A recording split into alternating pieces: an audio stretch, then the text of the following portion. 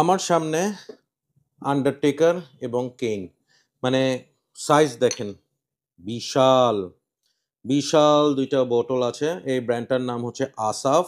1988 থেকে এই পারফিউম হাউসটা আছে। আমি এই দুটা পারফিউম বা এই হাউসটা নিয়ে আমার কোনো আইডিয়া নাই। ফার্স্ট টাইম আমি ট্রাই করব সঞ্জয় পারফিউমতে এসে। একটার নাম হচ্ছে কোপা কাপ্পানা, আর একটার নাম হচ্ছে rosewood wood. So initial impression try করব আপনাদের সামনে। দেখি, প্রথমে হচ্ছে কোপা কাপানা। অনেক জুস বের হয়, অনেক ভালো হইছে, বড় বোতল, বেশি juice. It is giving me a aqua di Gio kind of vibe. Say marine, fresh.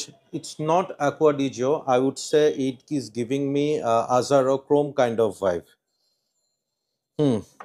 একদম summer summer fresh perfume, ozonic sea marine টাইপের একটা পারফিউম। এখন ট্রাই করবো হচ্ছে রোজউড অ্যান্ড উড। এটার স্প্রেটা আবার ফিচিক ফিচিক করে বের হয়, আগেরটা অনেকগুলা বাইর হইছে। কমপ্লেক্স, ইয়াস। রোজও আছে, উডও আছে এবং উডও আছে, এবং উডটা হচ্ছে একটু স্ক্যাঙ্কি উড, মানে not your typical kind of wood, যেটা আপনি ট্রাই করলেই ভাল লাগবে। আউট অফ দ্য টু,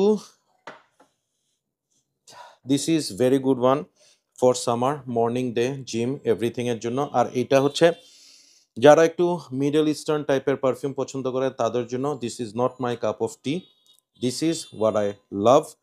এটাকে I'll be rating 8 out of 10, এইটা 6 আউট অফ 10।